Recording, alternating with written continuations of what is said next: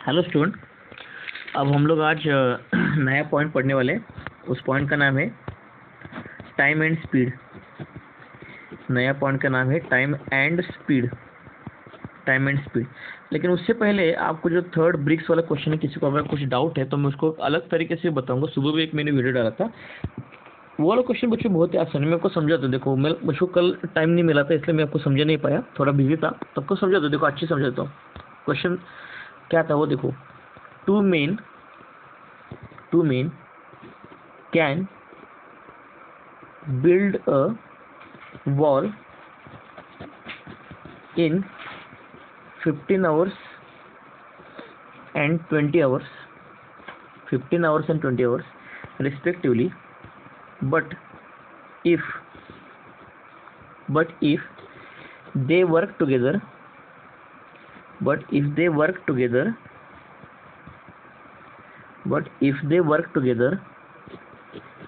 they use 280 less bricks per hour and build a wall in 12 hours. Find number of bricks in the wall. देखो, पहले काम करो। देखो, एक आदमी अगर अकेला काम करेगा तो वॉल खड़ा करेगा 15 घंटे में, और दूसरा वॉल खड़ा करेगा 20 आवर्स में। अगर वो दोनों मिलकर काम करेंगे तो उनको 280 ब्रिक्स कम लगती है पर आवर, और वो वॉल खड़ा कर देते थे दोनों मिलकर 12 घंटों में। तो वो वॉल में कितने ब्रिक्स है? तो देखो, मैं आपको समझाता हूँ। देखो, एक आदमी ले लो, एक आदमी आप ले लो, आराम से पढ़ते हैं, आराम से, कोई टेंशन वाली बात नहीं है। इसको ए बोलेंगे, करेक्ट? आदमी को ए बोलेंगे। वो कुछ तो काम कर रहा है। क्या काम कर रहा है? वॉल को खड़ा करने का। इसमें ब्रिक्स होते हैं ना, ऐसी ब्रिक्स है ना, ऐसी ब्रिक्स हमें हम लोग यहाँ पे रख रहे हैं। ऐसी वॉल में ब्रिक्स होती है, करेक्ट? तो ऐसे हम लोग यहाँ पे ब्रिक्स दिखा रहे हैं, करेक्ट? तो ऐसे ब्रिक्स दिखा रहे हैं, ठीक है। अब आदमी ए जो है ना, वो पूरा का पूरा वॉल खड़ा कर देता है 15 घंटों में। तो वो 15 घंटों में पूरा का पूरा वॉल खड़ा कर देता है। यानी वॉल खड़ा करने का मतलब क्या होता है? ब्रिक्स को लगा देना। एक वॉल खड़ा करना ऐसा जो काम होता है ना, उसका मतलब यहाँ पे कुछ तो ब्रिक्स को रख देना। तो इसका मतलब 15 घंटे में कुछ तो ब्रिक्स रख देता है बी। तो 1 घंटे में कितना ब्रिक्स रखेगा? b/15। 1 घंटे में कितना ब्रिक्स रखेगा वो? b/15। वॉल खड़ा करना का ऐसा कोई काम नहीं होता। वॉल खड़ा करना यानी ब्रिक्स को रख देगा, ब्रिक्स को रख देना। तो 15 घंटे में वॉल खड़ा कर रहा है, यानी 15 घंटे में कुछ तो ब्रिक्स लगा रहा है ना। तो 1 घंटे में कितना ब्रिक्स लगाएगा? b/15 लगाएगा ना फिर वो, ठीक है। और दूसरा आदमी ले लो, दूसरा आदमी बी है, वो भी सेम वॉल खड़ा करेगा और उतने ही नंबर ऑफ ब्रिक्स लगाएगा जितना ए लगा रहा था, उतने ही नंबर ऑफ ब्रिक्स लगाएगा, ठीक है। तो लेकिन वो 20 घंटों में लगाएगा। तो 20 घंटों में एक वॉल खड़ा करने का मतलब, वो भी मान के चलो इस वाले वॉल में नंबर ऑफ ब्रिक्स है बी, तो वही वॉल खड़ा कर रहा है ना बी भी, तो इसमें भी नंबर ऑफ ब्रिक्स है बी, नंबर ऑफ ब्रिक्स। लेकिन दोनों को अलग अलग टाइम लगता है। पहले आदमी को ब्रिक्स को रखने में टाइम लग रहा है 15 घंटे, बी नंबर ऑफ ब्रिक्स को रखने के लिए 15 घंटे लग रहे हैं, और दूसरे आदमी को बी नंबर ऑफ ब्रिक्स रखने के लिए 20 घंटे लग रहे हैं। तो अब 1 घंटे में फिर वो दूसरा आदमी कितने ब्रिक्स रखेगा? b/20, इतना, करेक्ट? इतना। तो अगर वो दोनों मिलके काम करेंगे,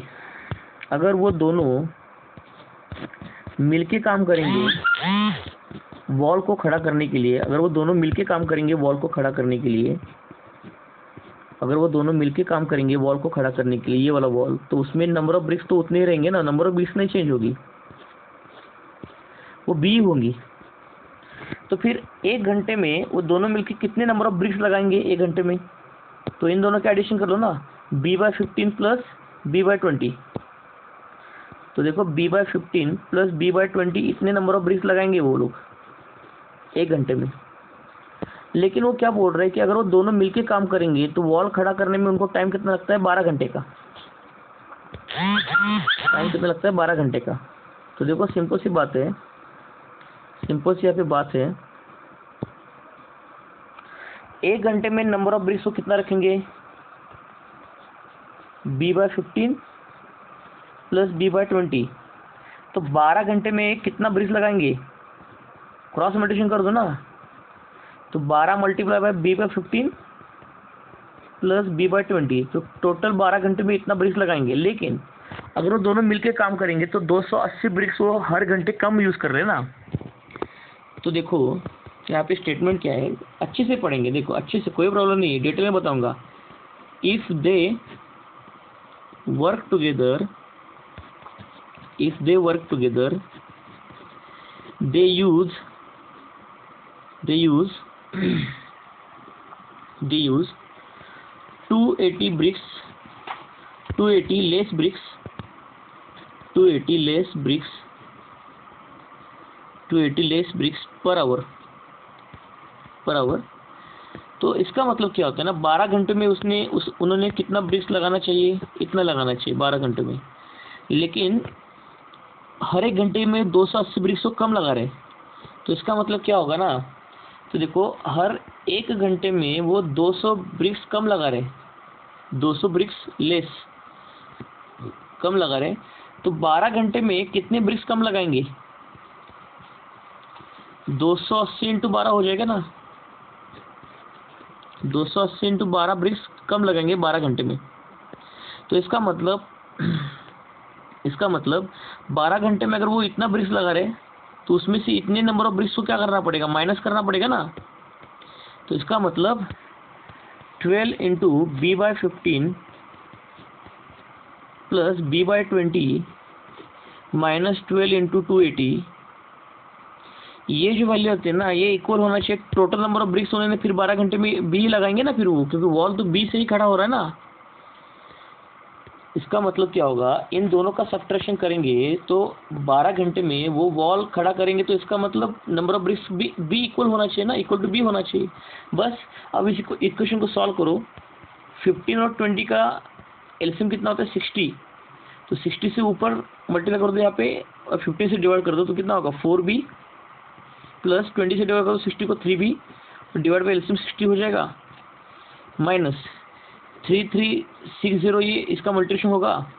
अब देखो इसको सॉल्व करेंगे तो 5 से कटेगा, तो 7b/5, ये b उस तरफ ला जाओ बॉर्डर पार, minus b is equal to इस तरफ जाएगा बॉर्डर पार 3360। तो ये क्रॉस मल्टीप्लिकेशन करके इसको सॉल्व करो तो क्या होगा? 7b minus 5b divided by 5 is equal to 3360। तो 2b/5 इज इक्वल टू 3360, इसको 2 से काटेंगे, 2 1 0 1, 6 0 12, 8 0। तो नंबर ऑफ ब्रिक्स कैसे आएंगे? तो 5 से मल्टीप्लाई कर दो ना, 5 0 0 कैरी फॉरवर्ड 4 8, इतने नंबर ऑफ ब्रिक्स वो लगा रहे हैं ना फिर वॉल पर। अब आ रही बात समझ में, डिटेल में जाओगे तो क्वेश्चन हर एक बच्चों सिंपल होता है, सिर्फ उसको उस ढंग से आपको सोचना पड़ता है, ध्यान रखना उसकी तरफ। सो आई शुड से टाइम और वर्क के अभी न्यूमेरिकल हमारी खत्म हो गए, तो मैंने ब्रिक्स का आइडिया आपको दे दिया, और कल मैंने वर्क और टाइम के रिलेशन के बीच में जो अलग अलग टाइप की एग्जाम्पल सॉल्व की, उतने एग्जाम्पल आपको सफिशिएंट है, उससे ज़्यादा मत करो आप, ठीक है। नाउ अब हम लोग आज के पार्ट के लिए आएंगे। आज का पार्ट हमारा था टाइम एंड स्पीड। क्या था हमारा? Time and speed. अब ध्यान से सुनना, आप स्कूल से पढ़ते आए हो कि डिस्टेंस का मतलब क्या होता है? डिस्टेंस का मतलब होता है स्पीड इंटू टाइम। डिस्टेंस का मतलब होता है स्पीड इंटू टाइम होता है। तो स्पीड होता है मीटर पर सेकंड में और टाइम होता है सेकंड में। तो सेकंड कट गया तो डिस्टेंस आ गया ना मीटर में। तो याद रखना, भूलना मत, डिस्टेंस इक्वल क्या होता है? स्पीड इंटू टाइम होता है ना। Distance equal to speed into time. अब हम लोग जो कि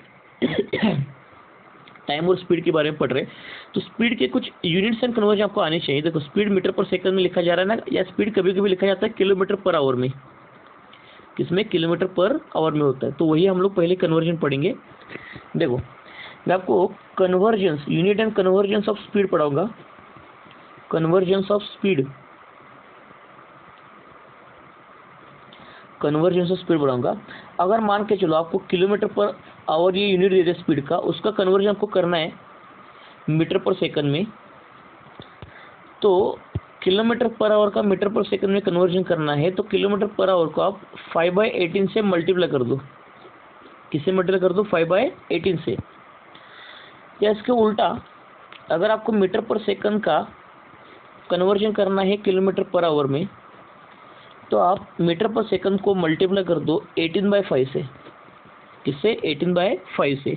इसके कुछ एग्जाम्पल कर लेते तो आपको आइडिया आएगा मैं क्या बोल रहा हूँ। देखो इसका आइडिया आएगा। देखो तो मान के चलो आपको दे दिया 36 किलोमीटर पर आवर है, इसका मीटर पर सेकंड करना है। तो मैंने क्या बोला था कि किलोमीटर पर आवर का अगर मीटर पर सेकंड करना होगा, तो उस किलोमीटर पर आवर को मल्टीप्लाई करना है 5/18 से। तो बस 36 को मल्टीप्लाई कर दो 5/18 से, तो 18 टू ज़ा 36, तो ये आ जाएगा 10 मीटर पर सेकंड। कितना आ जाएगा? 10 मीटर पर सेकंड। करेक्ट।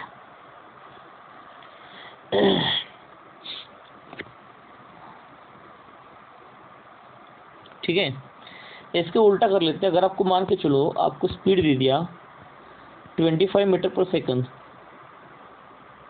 25 मीटर पर सेकंड, इसका कन्वर्जन करना है किलोमीटर पर आवर में। तो मैंने क्या बताया था आपको, अगर मीटर पर सेकंड दिया होगा, अगर आपको मीटर पर सेकंड दिया होगा और उसका करना है किलोमीटर पर आवर में, तो मल्टीप्लाई कर देना 18/5 से।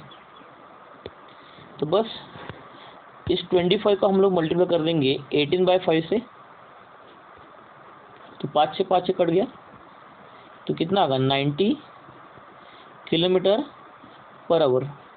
90 किलोमीटर पर आवर। अरे बस इनमें सो आप ये कन्वर्जन अच्छे से कर सकते हो। चलो इसके बेसिस पर कुछ हम लोग क्वेश्चन सॉल्व करेंगे। देखो अब हमारा फर्स्ट क्वेश्चन है, how much distance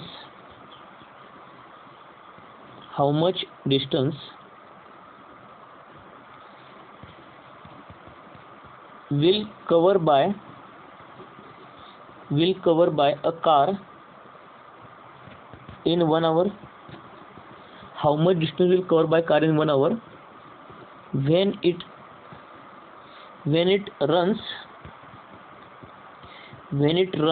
with 60 meter per second speed?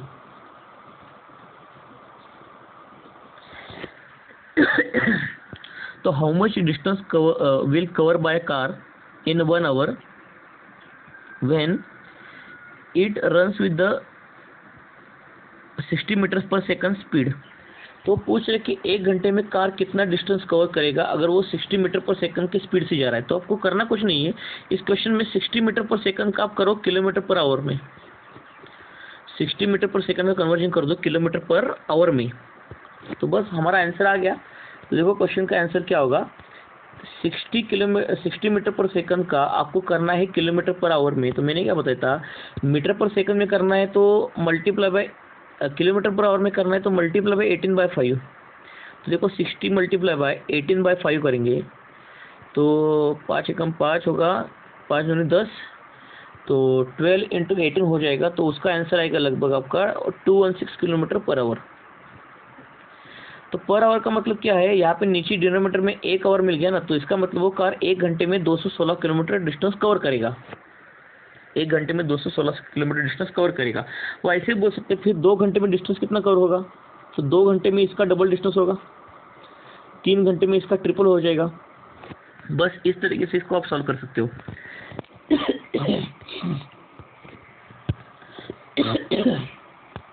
अब देखो, अब हम लोग क्वेश्चन सॉल्व करेंगे रेशियो मेथड से,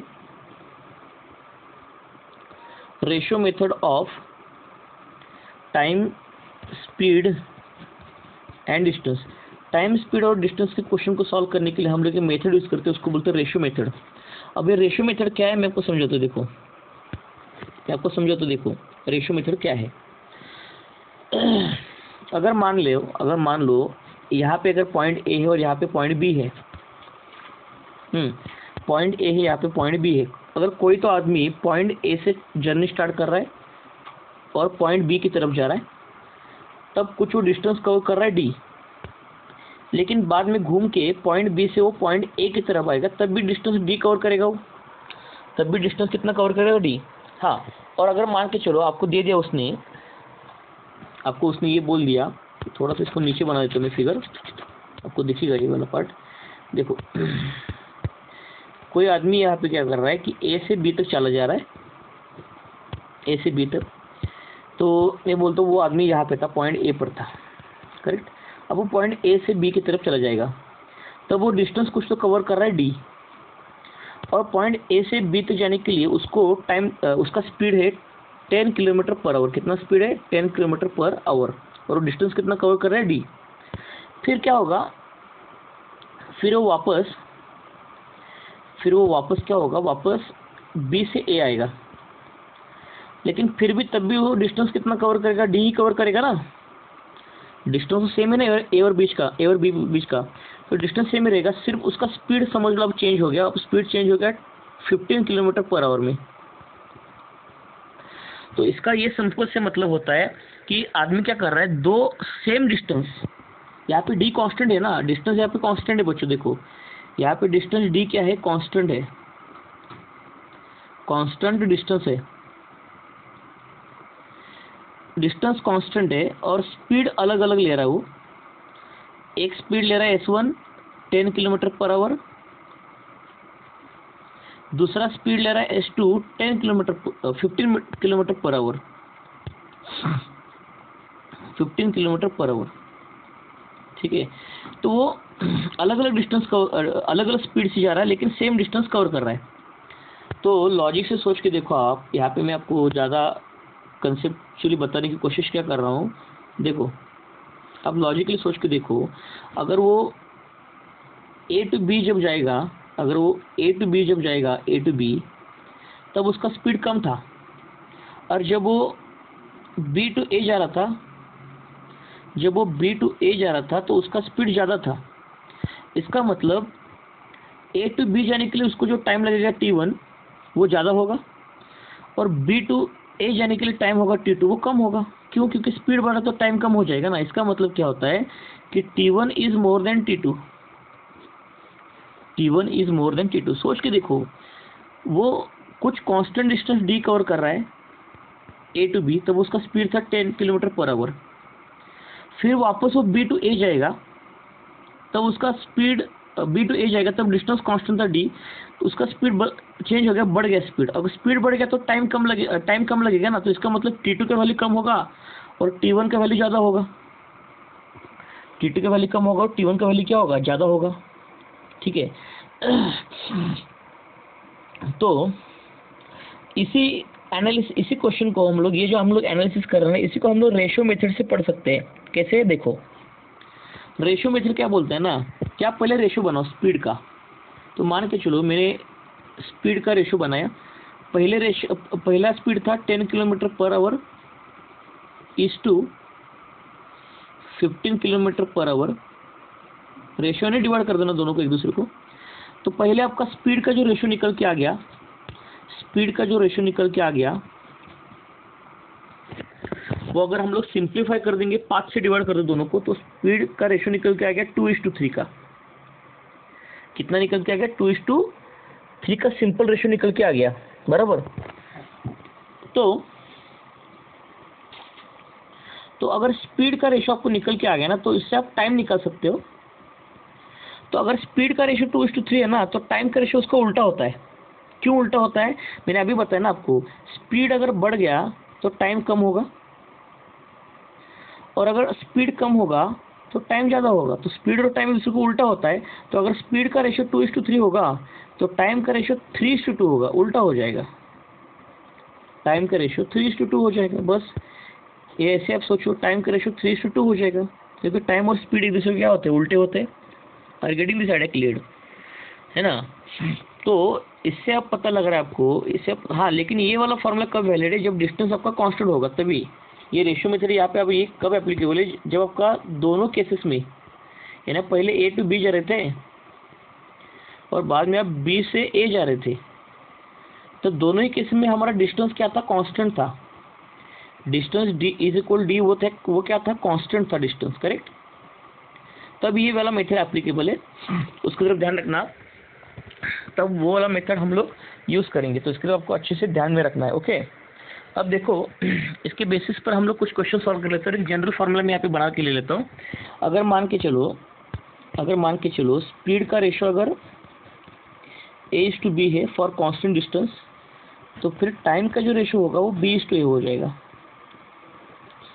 क्यों, देखो यहाँ पे मैंने क्या बताया था, यहाँ पे अगर स्पीड कम होगा तो टाइम ज़्यादा लगेगा, और अगर स्पीड ज़्यादा होगा तो टाइम कम लगेगा। बस इस तरीके से इसको हम लोग सॉल्व कर लेते हैं। नाउ कुछ हम लोग क्वेश्चन करेंगे तो आपको और आइडिया लग जाएगा। क्वेश्चन देखो क्या है, क्वेश्चन देखो, रेशो ऑफ स्पीड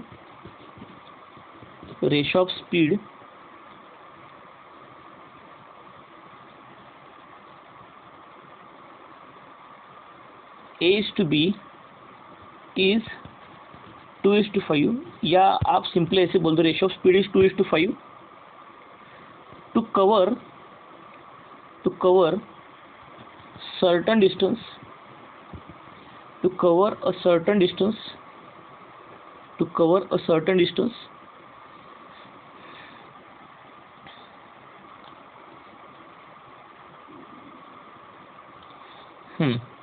और हाँ, अच्छा क्वेश्चन में और एक चीज़ दी है, ratio of speed of A and B यानी दो लोग कुछ तो होंगे, ए एंड बी, कार होंगी, लोग होंगे, क्या भी ले लो।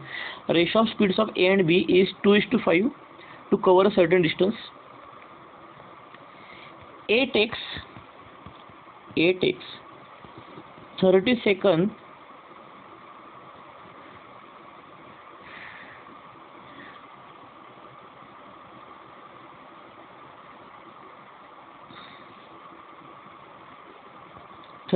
time, then time required by B.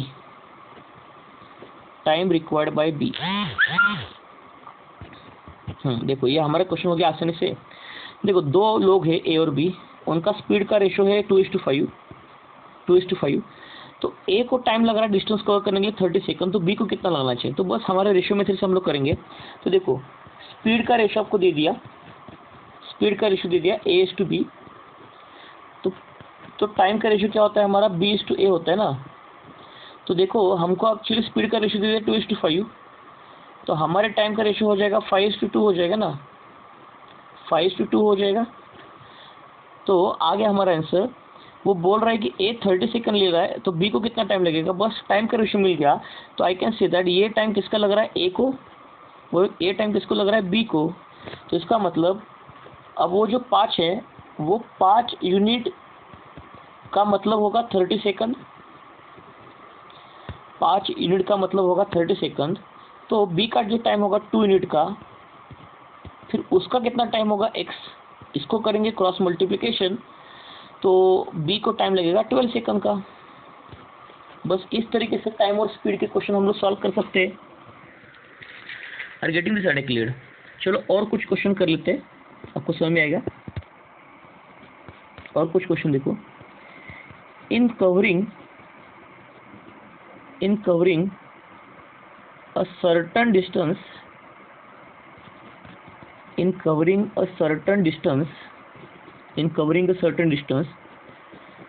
the speed of A and B to covering a certain distance, the speed of A and B are in the ratio 3:4। तो स्पीड का ratio दे दिया 3:4।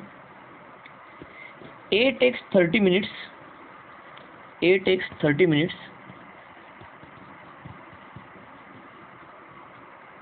more than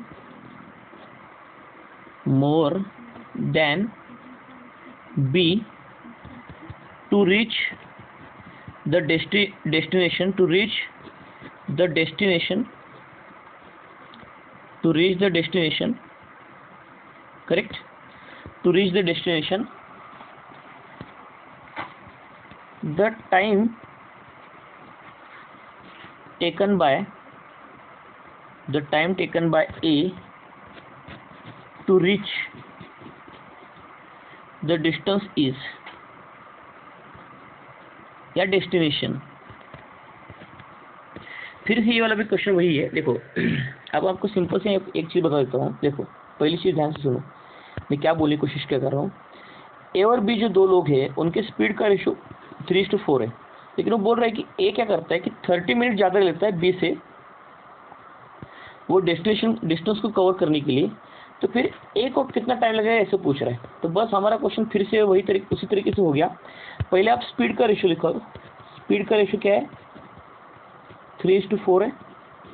speed का ratio 3:4 है, बराबर। फिर time का ratio क्या होगा, 4:3 होगा ना।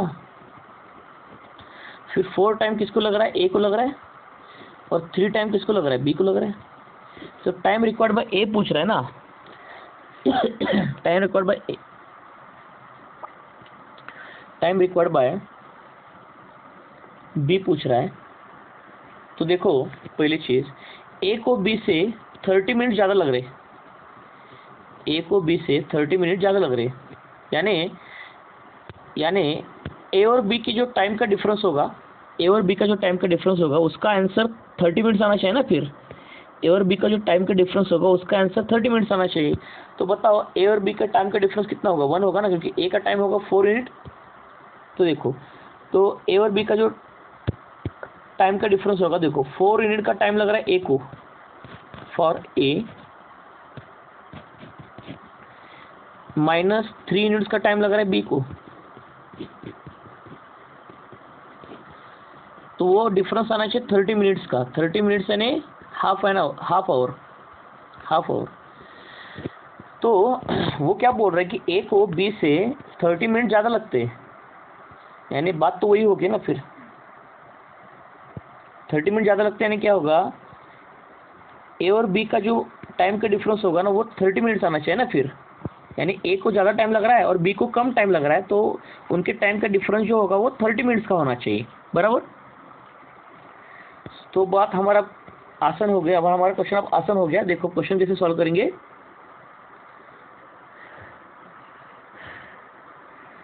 तो देखो हमारा काम आसान हो गया। इसका मतलब 1 यूनिट का मतलब कितना होगा, हाफ आवर्स।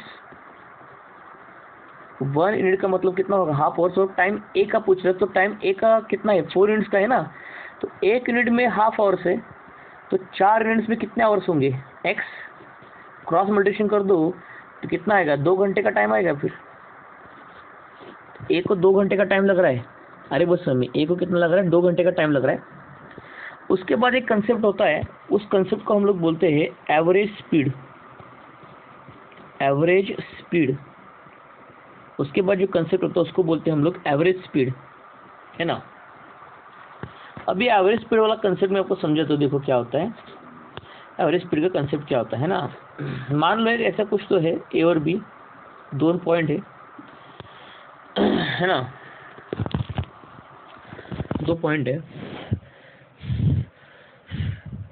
हम लोग वही डायग्राम कंसिडर कर लेते हैं फिर से। देखो एक आदमी यहाँ पे खड़ा है, वो क्या कर रहा है, ए से लेके बी तक जा रहा है और कुछ डिस्टेंस कवर कर रहा है डी।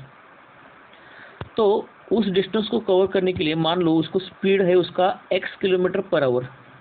कितना स्पीड है, x किलोमीटर पर आवर। और फिर बाद में वापस घूम के बी से वो ए की तरफ आ रहा है, तब भी वो डिस्टेंस डी ही कवर करेगा, लेकिन तब उसका स्पीड होगा y किलोमीटर पर आवर। कितना होगा, y किलोमीटर पर आवर। तो ये दोनों भी जर्नी जो है, दोनों जर्नी यानी ए से लेके बी तक और बी से लेके ए तक, ये जो 2 जर्नीज है, इन 2 जर्नी में उसका एवरेज स्पीड क्या होगा वो पूछ रहा है। तो कुछ नहीं होता, एवरेज स्पीड का फॉर्मूला देखो क्या होता है। Average speed is equal to, देखो पहली चीज मैंने आपको एक फॉर्मूला बताया था, distance is equal to speed into time ना। स्पीड इंटू टाइम, तो speed is equal to distance upon time होता है ना, डिस्टेंस अपॉन टाइम होता है, तो ये भूलना मत। तो एवरेज स्पीड का फॉर्मूला होता है total distance upon total time, total distance upon total time. अब मुझको आप चीज़ बताओ, जब वो आदमी ए से बी जा रहा था कितना डिस्टेंस कवर कर लिया उसने, डी कवर कर लिया, लेकिन जब बी से ए आएगा तब भी डिस्टेंस कितना कवर किया, डी ही किया, तो टोटल डिस्टेंस कितना कवर किया, 2D ना। ये डी और ये डी ऐड करेंगे तो टोटल डिस्टेंस कितना होगा, 2D होगा। आ गया 2D। नीचे टोटल टाइम, तो मान के चलो ए से बी जाने के लिए उसको टाइम लग रहा है T1 और बी से ए जाने के लिए टाइम लग रहा है T2। अब T1 और T2 की हम लोग वैल्यू निकालेंगे, तो टोटल टाइम नीचे लिखेंगे, टोटल टाइम क्या होगा, T1 प्लस T2 ना, टोटल टाइम होगा T1 प्लस T2 होगा। अब T1 प्लस T2 को हम लोग एक्सप्रेस कर सकते हैं इन टर्म्स ऑफ स्पीड और डिस्टेंस, है ना।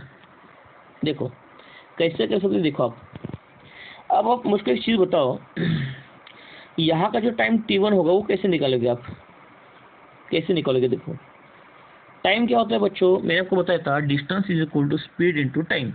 तो टाइम क्या होगा, डिस्टेंस अपॉन स्पीड होगा ना। तो बताओ आदमी जब ए से बी जा रहा था, ए से बी जा रहा था तो कितना डिस्टेंस कवर कर लिया उसने, डी कवर कर लिया, डी लिखा, तब उसका स्पीड कितना था, एक्स था ना स्पीड,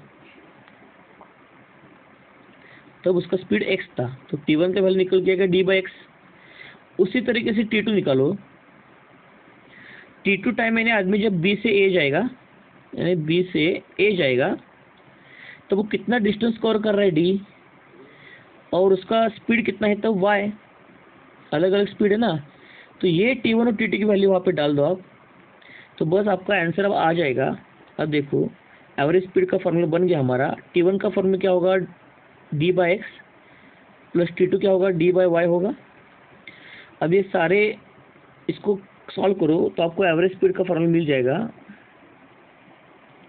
तो सारों को सॉल्व करने के बाद एवरेज स्पीड का जो फॉर्मूला होगा वो होगा, देखो 2D, ये D कॉमन निकालो तो अंदर क्या बचा, 1/x प्लस 1/y, ये D और D कट गया। अब ये यहाँ पे क्रॉस मल्टीप्लिकेशन कर दो आप, तो नीचे क्या बचेगा, तो ऊपर आ जाएगा 2xy और नीचे बचेगा x प्लस वाई। तो ये फॉर्मूला होता है हमारा एवरेज स्पीड का, ये फॉर्मूला हमारा होता है एवरेज स्पीड का। तो इसका मतलब x से हमारा स्पीड, y भी हमारा स्पीड है, तो ये एवरेज स्पीड का फॉर्मूला होता है। लेकिन ये फॉर्मूला फिर भी एप्लीकेबल होगा जब आपका डिस्टेंस कांस्टेंट होगा, दो जर्नीज के बीच में आपका डिस्टेंस जब कांस्टेंट होगा तभी आप यहाँ पे एवरेज स्पीड का फॉर्मूला लगा सकते हो। Are getting this idea clear. तो इसको आप अच्छे से पढ़ लेना कि एवरेज स्पीड का फॉर्मूला लगाना कब है और उसको सॉल्व कैसे करना है। Are getting this idea clear. तो और भी आपको बहुत सारे क्वेश्चन यहाँ पे मिल सकते हैं, तो क्वेश्चन कौन कौन से हम लोग देख लेंगे। देखो टाइम और डिस्टेंस के और भी क्वेश्चन हम लोग सॉल्व करेंगे। देखो अगर मान के चलो एक क्वेश्चन है यहाँ पे, क्वेश्चन है यहाँ पे, a boy goes to school, a boy goes to school, goes to school at 3 kilometre per hour, speed दे दिया, and return at a speed of, return at a speed of 2 kilometre per hour के speed से पीछे आता है, यानी घर वापस आता है। If he takes 5 hours in all, find distance from his home to school,